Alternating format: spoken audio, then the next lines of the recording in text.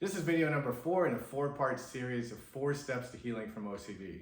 Hi, my name is John Hawkins Jr. I'm a licensed psychotherapist, certified trauma specialist, and co-founder of Hawkins Counseling Center.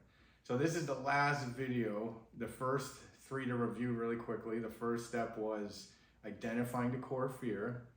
Second step was gaining access to the wounded part. Third was how to create corrective, reparative experiences for that part and unburden that part's emotional energy. And today we're going to talk about the last step, step number 4, of how to check for any other additional parts that are holding emotional pain, what IFS would call exiles. They got kind of split off and sent away so the rest of us could keep functioning, and how to then have the OCD part kind of reassigned and take on a new role so it stops doing the OCD. And so hopefully you've gotten some of the sciences of this as we've gone along. So I know for some people it's a big pill to swallow to realize they have a lot of different parts of them. So anyone who knows me knows I'm a very science-driven guy. So some of this stuff can sound odd at first, but I'm telling you unequivocally, I've never found anything to fully long-term resolve somebody's OCD, real OCD, other than this approach. If I find something better tomorrow, I'll dump this, because all I'm out for is truth and how to help people heal. But this is it. This is the one and only thing I've found to give ultimate long-term results.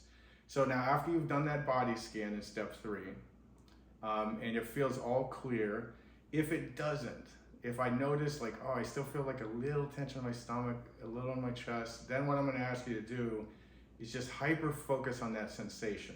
And just like we did in steps 2 and 3, where we're just bringing mindfulness and inner focus, just sit with that sensation as you focus on it and just see what comes in and out of your awareness.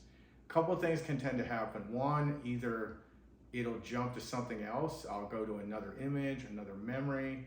In that case, repeat steps 2 and 3.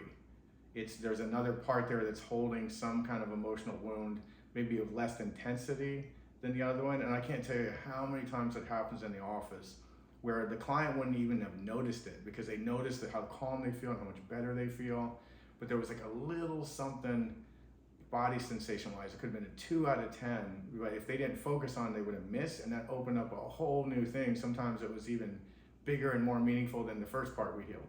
So again, just if that's the case, just repeat steps 2 and 3 until you complete that process again, and then do the body scan again. And then same thing, anything you notice, just hyper focus on the sensation or the sense. Some people get intuitive senses of stuff, like something just feels unfinished or unresolved, and say, okay, what communicates that to you? Like, I don't know, I feel something sensation wise or over here or there. And so I'll say, just follow that, just follow your sense of that. And then we'll do the same thing, complete process 2 and 3.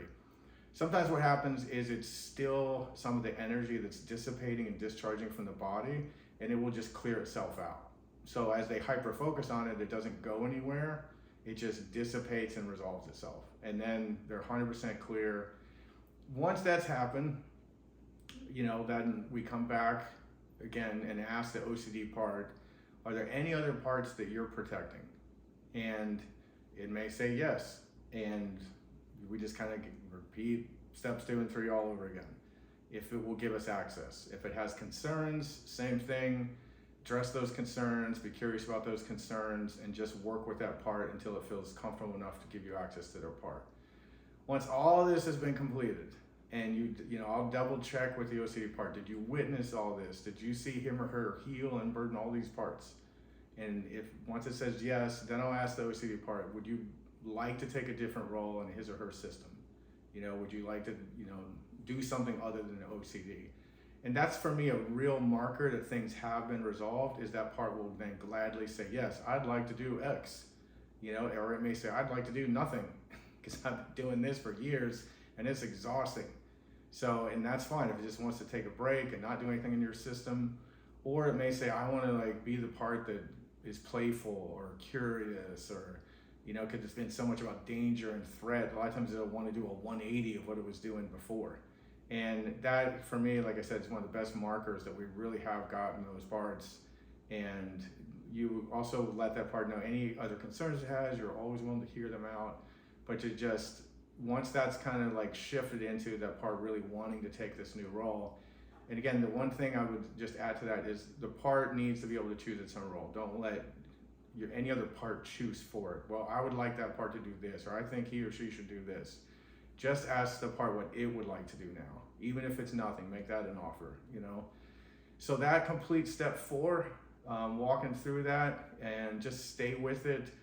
Walking out of OCD at this level of severity is definitely not a one and done kind of thing, but you're getting reduction in intensity the more you're doing this kind of work.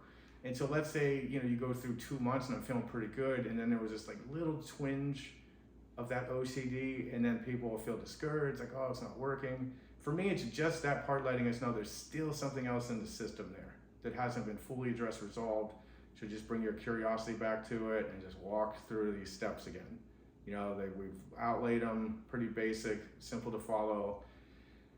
Things can be way more complex than this. So this is something I'm giving you to really try to help you. It's things that you can do on your own.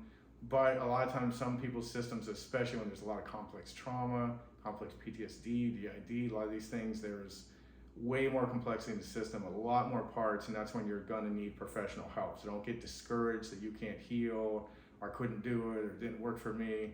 There's just too many parts for you to contend with on your own. Probably need some help guiding, navigating through that. So seek out somebody who does this kind of work, seek out us, anybody, you know, we would be trying to help you find any resources that you can. So if you've made it through this whole series, thank you for watching. I hope it's been helpful to you. You might need to walk back and just watch these videos over and over, depending on what stage you're in this process. But this should give you the nuts and bolts to really start walking through this up until the point maybe your system's a little more complex and you need professional help. So if you have any questions on OCD, this kind of work, you can contact my wife, Bissan, Hawkins, and I anytime. We'll give you guidance to resources. We'll sit down and talk with you, work with you if you'd like. Just reach us at hawkinscounselingcenter.com. So once again, thank you, and I look forward to seeing you guys in the next video.